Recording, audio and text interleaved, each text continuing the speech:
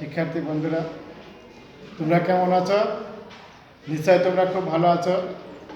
করোনাকালীন সময়ে তোমাদের বাড়ি বসে থাকতে হয়তো আর কোনো ভালো লাগছে না। তবে আমি একটা অনলাইনে ক্লাস নিচ্ছি নবম দশম শ্রেণীর হিসাব বিজ্ঞান। আমরা আজ নবম দশম শ্রেণীর হিসাব বিজ্ঞানের ষষ্ঠ অধ্যায় জাবেদা থেকে তোমাদের কিছু শেখাবো। জাবেদা জাবেদা তাহলে আমরা ষষ্ঠ অধ্যায় জাবেদা সম্পর্কে কিছু শিখব। সেটা হচ্ছে আসলে জাবেদাটা কি এবং কেন করা হয় সে সম্পর্কে আমি আজকে তোমাদের কিছু ধারণা দেব। সবসময় খেয়াল রাখতে হবে জাবেদা হিসাবের সময় মানে কোন জিনিসটা আসছে এবং কোন জিনিসটা যাচ্ছে, মানে আমাদের কাছে কি আমরা পাচ্ছি এবং আমরা কি দিচ্ছি। ঠিক আছে, এই জিনিসটা সবসময় খেয়াল রাখতে হবে। যেমন আমরা একটা জিনিস কিনি টাকার বিনিময়ে, কোনো জিনিস কিনতে হলে আমাদের কি লাগে? টাকা ছাড়া কিন্তু আমরা কোনো জিনিস কিনতে পারি না। তাই আমাদের কাছে একটা কলম কিনলাম, এই কলমটার মূল্য কত? 5 টাকা। তাহলে আমরা দোকানদারকে কি দিচ্ছি? টাকা দিচ্ছি, বিনিময়ে কি পাচ্ছি? কলম। তাহলে আমরা কিসের বিনিময়ে কলমটা পেলাম? টাকার বিনিময়ে। আমরা এটা কি করলাম? ক্রয়। অর্থাৎ আমি ক্রয় সম্পর্কে কিছু ধারণা দেব। ক্রয় সম্পর্কে কিছু ধারণা দেবো। সেটা হচ্ছে যে আমরা পণ্য ক্রয় করলাম টাকার বিনিময়ে, তাহলে ক্রয় হিসাব ডেবিট। তাহলে ক্রয় হিসাব কি? ডেবিট। ক্রয় হিসাব ডেবিট হলো কি কারণে? আমাদের কাছে মানে আমরা কি ক্রয় করেছি? কলমটা কেনার কারণে আমাদের কাছে কি আসছে? কলম। আর আমরা দিচ্ছি কি? টাকা। তাহলে আমাদের কাছে যেটা চলে যাচ্ছে সেটা কি? ক্রেডিট। আর আমাদের কাছে যেটা আসবে সেটা আছে ডেবিট। তাহলে ক্রয় হিসাব ডেবিট। আর আমাদের কাছে চলে যাচ্ছে কি? নগদ টাকা। তাহলে নগদান হিসাব ক্রেডিট।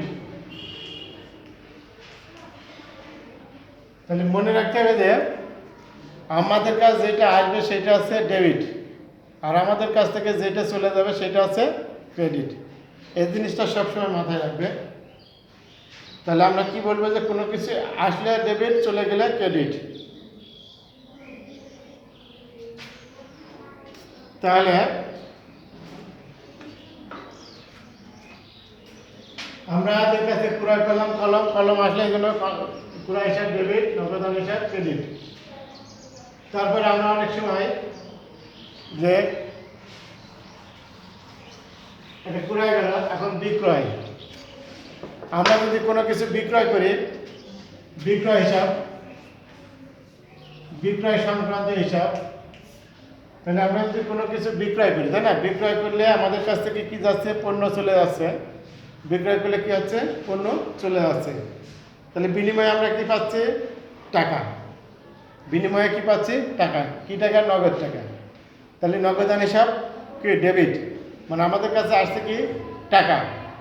নগদান হিসাব ডেবিট আর বিক্রয় হিসাব ক্রেডিট। এটি মনে রাখতে হবে। নগদান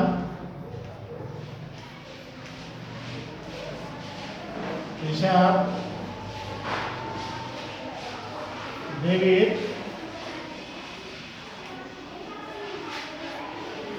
বিক্রয় হিসাব ক্রেডিট।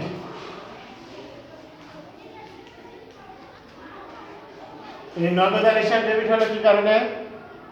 আমরা নগদ টাকা বিক্রি করছি। কি বিক্রি করছি? পণ্য। কোনো পণ্য বিক্রি করার বিনিময়ে আমরা কি পাইছি? টাকা, তাই না? এই টাকা পাওয়ার কারণে আমরা নগদ টাকা পাইছি, পণ্য বিক্রি করছি। পণ্যর বিনিময়ে কি? টাকা পাইছি। আমাদের কাছে আসছে কি? টাকা, আর যাচ্ছে কি? পণ্য। তাহলে আমরা কি বললাম? যে আমাদের কাছে যেটা আসবে সেটা হচ্ছে ডেবিট, আর যেটা চলে যাবে সেটা ক্রেডিট। তো আমাদের কাছে পণ্য আসছে, টাকা আসছে, পণ্যের বিনিময়ে টাকা আসছে, টাকাটা হচ্ছে ডেবিট, আর বিক্রয় হিসাব ক্রেডিট। সবসময় মনে রাখবে যে বিক্রয় হিসাব সবসময় ক্রেডিট হয় আর ক্রয় হিসাব সবসময় ডেবিট। আর বিক্রয়ের সাথে যে সংশ্লিষ্ট যে হিসাবটা থাকে সেটা হচ্ছে ডেবিট, আর বিক্রয় হিসাব ক্রেডিট। ক্রয়ের সাথে যে হিসাবটা সংশ্লিষ্ট থাকে সেটা হচ্ছে ডেবিট ক্রেডিট, আর ক্রয় হিসাব ডেবিট। আর একটা জিনিস মনে রাখতে হবে, ধারে পণ্য ক্রয়,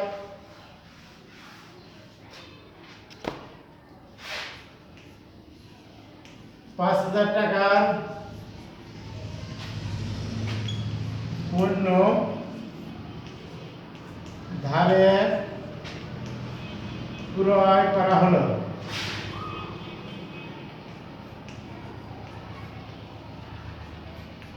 তাহলে আমরা কি লিখলাম? ৳৫,০০০ পণ্য ধারে ক্রয় করলাম, তাই না? আমরা যখন ধারে ক্রয় করছি তাহলে কি আমরা টাকা পাবো, মানে সে আমাদের কাছে পাওনাদার। আমরা যখন ধারে পণ্য ক্রয় করছি সে আমাদের কাছে কি আছে? পাওনাদার। তাহলে ক্রয় হিসাব কি? আমরা এর আগে বলছি কি যে ক্রয় হিসাব সবসময় কি হবে? ডেবিট। তাহলে আমরা এর আগে কি বললাম? ক্রয় হিসাব সবসময় কি হবে? ডেবিট। তাহলে এখানে আমরা কি লিখবো? ক্রয় হিসাব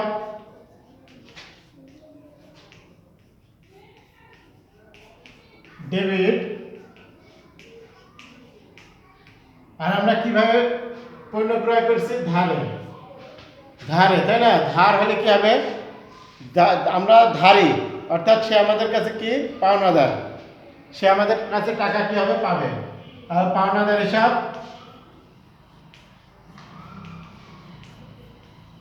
পাওনাদার হিসাব ক্রেডিট। পাওনাদার হিসাব কি হবে? ক্রেডিট। তাহলে আমরা যখন ধারে পণ্য করছি, দেনাদার হিসাব ক্রয় হিসাব ডেবিট, পাওনাদার হিসাব ক্রেডিট। এটা মনে রাখবে, ঠিক আছে? তাহলে ক্রয় হিসাব পাওনাদারের সাথে সম্পর্ক। ক্রয় হিসাব কিসের সাথে সম্পর্ক? পাওনাদারের সাথে। এখন আমরা লিখলাম যে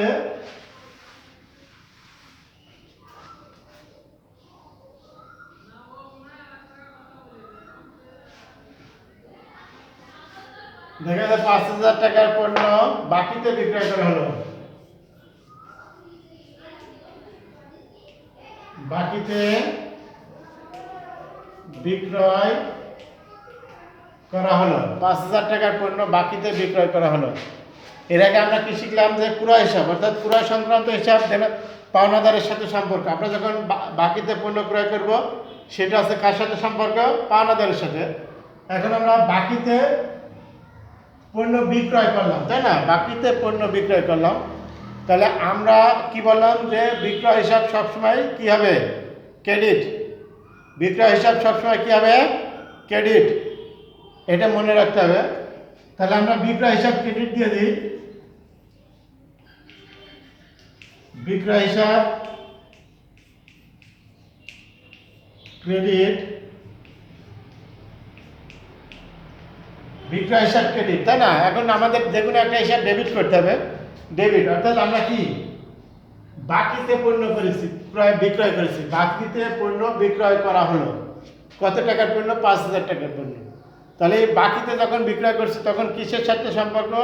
সে আমাদের কাছে কি? দেনাদার। আমরা যার কাছে পণ্য বিক্রয় করেছি সে আমাদের কাছে কি? দেনাদার। আমরা তার কাছে কি? পাওনাদার, তাই না? তাহলে আমরা যখন বাকিতে পণ্য বিক্রয় করছি তখন কি হবে? দেনাদার হিসাব ডেবিট। দেনাদার হিসাব ডেবিট। দেনাদার হিসাব কি? ডেবিট। তাহলে বাকিতে পণ্য বিক্রয় হিসাব কার সাথে? বাকিতে যখন পণ্য বিক্রয় করব বা ধারে, দেনাদারের সাথে সম্পর্ক বিক্রয় হিসাব। এটা মনে রাখবে, ঠিক আছে?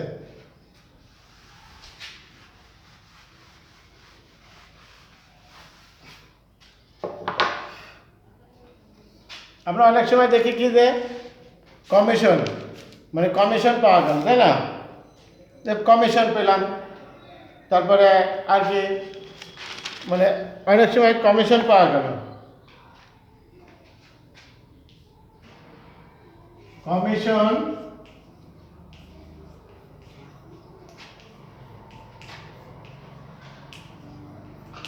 পাওয়া গেল 1000 টাকা। কমিশন পাওয়া গেল কত? 1000 টাকা, তাই না? আমরা কমিশন হিসাব যে কমিশনটা পাচ্ছি, তাহলে এই কমিশনটা কি নগদ না বাকি? কমিশন কখনো বাকিতে হয় না, কমিশন নগদে হয়। তাহলে যখন কমিশন পাচ্ছে, তাহলে আমরা কি নগদ টাকা আমাদের কাছে আসছে, আমাদের কাছে কি আসছে?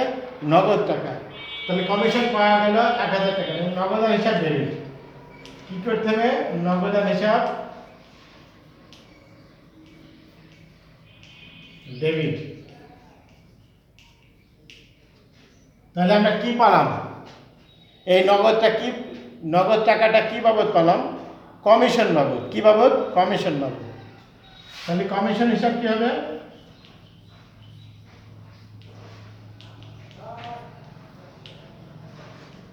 ক্রেডিট।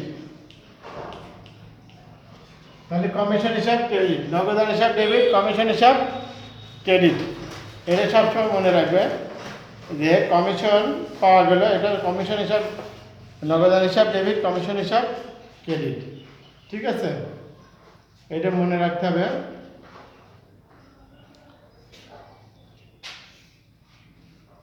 দেখে আসছে যে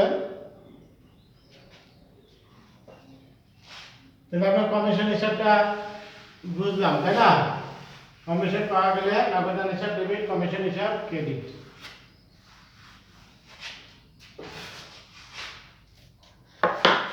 তাহলে আজকের মধ্যে এখানে আমার ক্লাস সমাপ্ত করছি।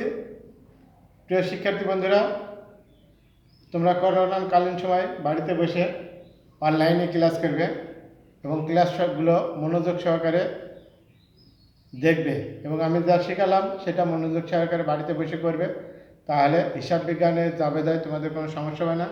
এর পরবর্তী ক্লাসগুলো আমি আরও কিছু জিনিস দেখাবো, কিছু এন্ট্রি দেখাবো তোমাদের হিসাব বিজ্ঞানের, সেগুলো তোমরা অনুধাবন করবে এবং বাড়িতে খাতায় লিখে রাখবে। সবাইকে ধন্যবাদ জানিয়ে আমার ক্লাস এখানে সমাপ্ত ঘোষণা করছি।